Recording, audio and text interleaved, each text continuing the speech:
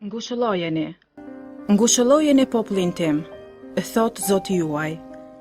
Flisti zemër së Jeruzalemit, dhe klithni atij se mori fund slavëria e tij.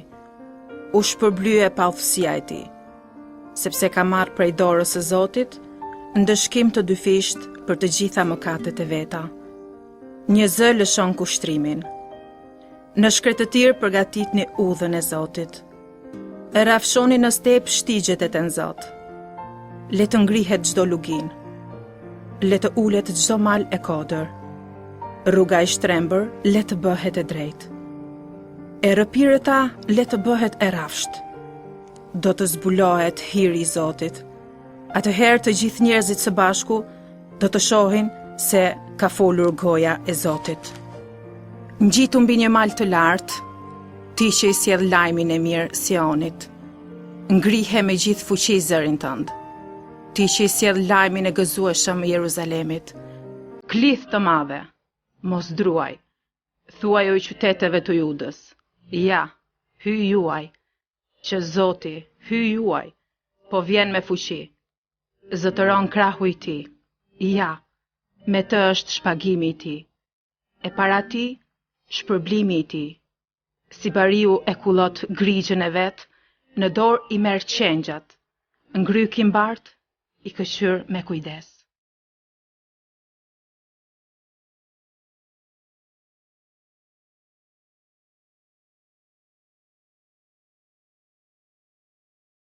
Do të dëgjoj çka thot Zoti hyj. Ai premton paqe për popullin e vet, për të dashurit e vet, e për ata që me gjithë zemër kthehen. Shpëtimi i tij është afër atyre që e druajnë. Lavdia e tij do të banojë në vendin ton. Mëshira dhe e vërteta do të përpiqen. Drejtësia, paqja do të merren ngryk. E vërteta do të mbi nga toka, e drejtësia do të shikojë prej qiellit. Sepse Zoti ka për të dhënë çdo të mirë, edhe toka jon do ta jap frytin e vet. Drejtësia do t'i shkojë përpara dhe do t'u tregojë udhën hapave të tij.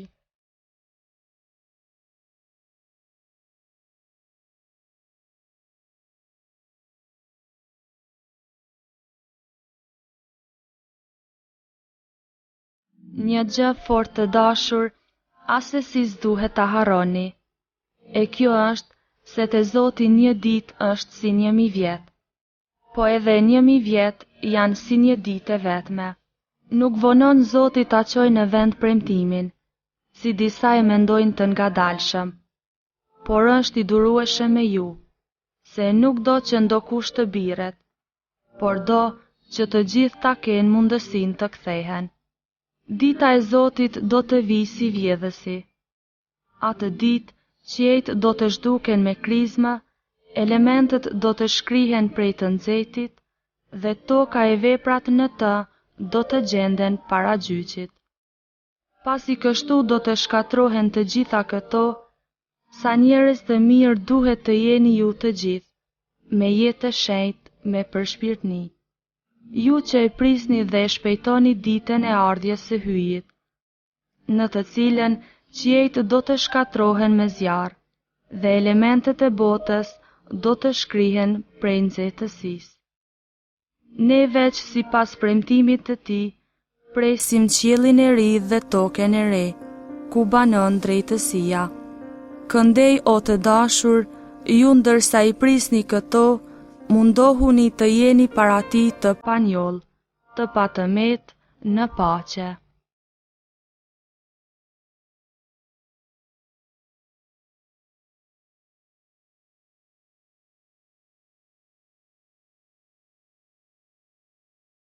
Fillimi i Ungjillit të Jezu Krishtit, birit të hyjt.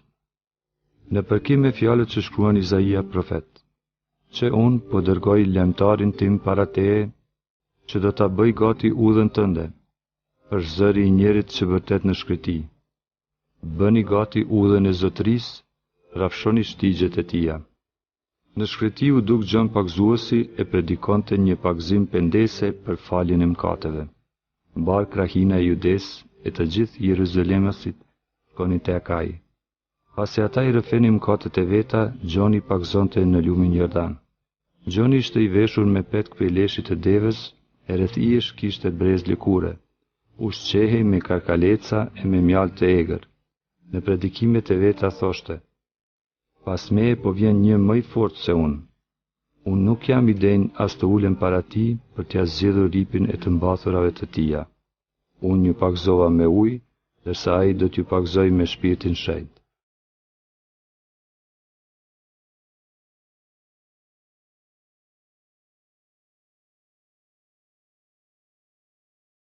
Të dashur miq, gjendemi në dielën e dytë të ardhjes dhe jemi në vazhdim të rrugtimit ton përgatitor për festën e Krishtlindjes. Leximet na ftojnë që të realizojmë me një intensitet më të madh përgatitjen e duhur për këtë festë madhështore. Kjo ftesë e leximeve pothuajse është më shumë se një ftesë, është një britm. Isaia profet na grish me këto fjalë: Në shkret e tirë përgatitni udhën e Zotit. Rrafshoni në step shtigjet e të nxot. Le të ngritet çdo lugin, le të ulet çdo mal e kodër, rruga e shtrembër le të bëhet e drejtë. Në profecinë e Isais kemi si objekt të menjëhershëm kthimin e popullit të Izraelit nga mërgimi, I cili do të realizohej në ndrejtimin e hyjit. Por si objekt e dytë dhe të fundit të kësaj profecie, na paraqitet ardhja e Mesisë, që do të duhej ta liron Izraelin dhe mbar njerëzimin nga robëria e mëkatit. Në Ungjil, kjo brit me Isais profet përsëritet me forcë edhe më të madhe nga Gjon Pagëzuesi, I cili definohet si zeri që bërtet në shkreti. Bëni gati udhën Zotrisë, rrafshoni shtigjet e tij. Gjatë këtij udhëtimi të kohës së ardhjes, na paraqitet figura e Shën Gjon Pagëzuesit, profetit të fundit të beslidhjes vjetër dhe profeti I parë I beslidhjes së re. Është profet me shumë fat, sepse pati mundësinë të profetizoj ardhjen e Mesisë dhe ta përjetoj atë personalisht. Kjo figurë na ndihmon edhe neve që vërtet fenë ta kuptojmë në aspektin ekzistencial. Feja nuk mund dhe nuk duhet të mbahet vetëm me formalizma. Feja e kërkon jetën tonë, veprat, gjestet, sjelljet, zemrën, e që të gjitha të jenë në përkim me atë që besojmë, me atë që predikojmë, me atë që dëshmojmë. E I tillë ishte edhe Gjon Pagëzuesi me stilin e jetës së vet, vërtet ishte një dëshmi e gjallë. Në leximin e dytë, Shën Pjetri na shkruan, ndër tjera edhe një gjë të mrekullueshme. Ne veç sipas premtimit e Tij presim qiellin e ri dhe tokën e re, ku banon drejtësia. Këtu më bie ndërmend sa njerëz në botë e përjetojnë pa drejtësinë, që ndoshta ne s'mundemi as t'i imagjinojmë. Ne si popull kemi përjetuar vazhdimisht pa drejtësi, qoftë gjatë okupimit otoman, qoftë gjatë kohës së komunizmit, qoftë para lufte, gjatë luftës e tjera. Por edhe sot e kësaj dite, shumë njerëz përjetojnë pa drejtësitë.